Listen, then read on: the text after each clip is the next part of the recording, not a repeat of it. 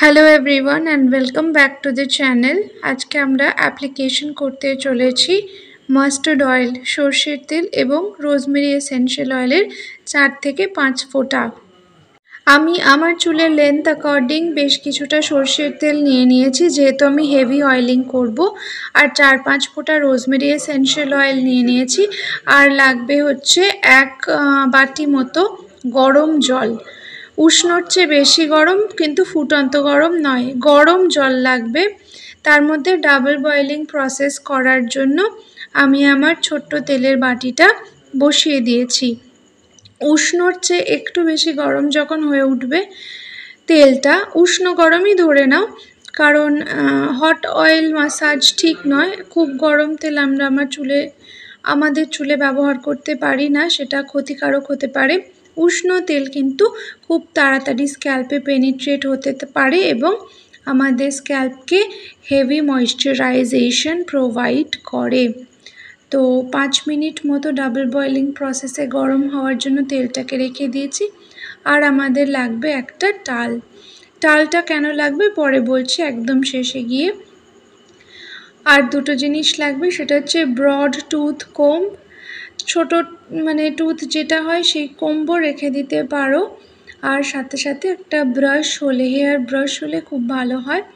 ফার্স্টে hair brush দিয়ে চুলটাকে ভালোভাবে ছাড়িয়ে তো নিয়েছি ব্রড টুথ কোম্ব আর হেয়ার ব্রাশ দিয়ে।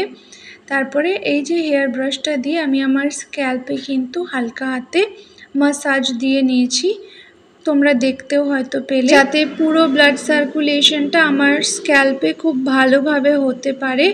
এরপরে আমরা আমাদের এই উষ্ণ সর্ষের তেল এবং রোজমেরি এসেনশিয়াল অয়েলের মিক্সচারটা আমাদের চুলের গোড়ায় গোড়ায় ফার্স্টে স্ক্যাল্পে দিয়ে নেব।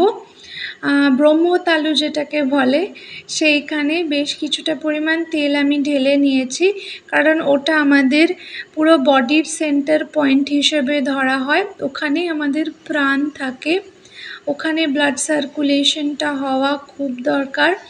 আমি আমার মা বাবাকেও দেখেছি, কিছু করুক না করুক, ব্রহ্মতালুতে, বিশেষ করে আমার মায়ের ক্ষেত্রে আমি দেখেছি, ব্রহ্মতালুতে কিন্তু রোজ তেল জল ফাটিয়ে দেয়। আর আমার মায়ের চুল এই বয়সেও দেখবার মতো ভীষণ সুন্দর চুল আমার মায়ের। তোমরা যেভাবে স্পা করো পার্লারে গেলে, ঠিক সেইভাবেই তোমরা এখানে সর্ষের তেল দিয়ে ভেবে নাও স্পাই করছো, স্মুথনিং করাচ্ছ। এত সুন্দরভাবে স্ক্যাল্পটা পুরো আগে কভার করে নেবে, দিয়ে লেন্থটাকে খুব ভালো করে আমি যেভাবে দেখিয়ে দিচ্ছি কভার করবে। তোমাদের চুল পরের দিন যখন শ্যাম্পু করবে দেখবে কি সফট থাকে, পালকের মতো হয়ে যাবে তোমাদের চুল। আজকে এরপর একটা ছোট্ট স্টেপও আমরা করব, সেটা বলে দিচ্ছি। তার আগে খুব রিল্যাক্স মাইন্ডে তোমরা কিন্তু তেলের অ্যাপ্লিকেশনটা করে নেবে, হাতে টাইম নিয়ে করবে। হ্যাঁ, 10-15 মিনিট নিজের চুলকে দাওই না। 24 ঘন্টার মধ্যে তো মানুষ ব্যস্ততাতেই সারাটা দিন কাটিয়ে দেয়। রাত্রেবেলাটা একটু রিল্যাক্সেশন সবারই দরকার হয়। তোমার চুল তোমাকে থ্যাংক ইউ বলবে, তোমার সমস্ত বডি রিল্যাক্সড হয়ে যাবে। অ্যাজ ইউ ক্যান সি, তোমরা দেখেও রিল্যাক্সেশন পাবে। এই ধরনের হেভি হেয়ার অয়েলিং কিন্তু স্ক্যাল্প থেকে, রুটস থেকে শুরু করে টিপস পর্যন্ত তোমাদের চুলকে একদম ঝলমলে করে দিতে সম্ভব। সাথে সাথে পুরো বডি তোমাদের রিল্যাক্সড থাকে। ভালো করে তেলের অ্যাপ্লিকেশন হয়ে যাওয়ার পরে ব্রড টুথ কোম্ব দিয়ে এবং হেয়ার ব্রাশ দিয়ে আমি কিন্তু খুব হালকা হাতে আর একবার চুলটা মোটামুটি ছাড়িয়ে নিয়েছি।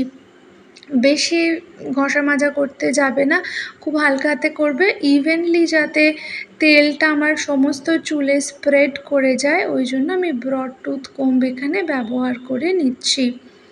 এরপর একটু হেয়ার ব্রাশিংও করে নেব, যাতে ব্লাড সার্কুলেশনটা আরও ভালোভাবে আমাদের চুলে হতে পারে, স্ক্যাল্পে হতে পারে। হেয়ার ব্রাশ করে নেওয়ার পরে আমি একটা ছোট্ট করে খোপা বেঁধে নিয়েছি। তোমরা যারা একদম ইনিশিয়াল স্টেজে করছো তারা কিন্তু চুলে তেল দেওয়ার পরে চিরুনি দেওয়ার দরকার নেই, বাস খোপা করে রেখে দেবে। তারপরে ওই 1 বাটি গরম জল করেছিলাম, ওর মধ্যে একটা টাওয়েল ডিপ করে নিয়েছি আমি, এটা মাইক্রোফাইবার টাওয়েল। ওটাকে ডিপ করে নিয়ে এই যে গরম গরম টাওয়েলটা, ওটা ভালো করে আগে নিংড়ে নিয়েছি। নিংড়ে জলটা বের করে নিয়ে টাওয়েলটা আমি আমার মাথায় জড়িয়ে রেখে দেবো। যতক্ষণ পর্যন্ত টাওয়েলের ভাবটা থাকবে ততক্ষণ আমার মাথার মধ্যে এটা লাগানোই থাকবে। এরপরে খুলে নিয়ে একটা বিনুনি করে ঘুমিয়ে নেব। কালকে শ্যাম্পু।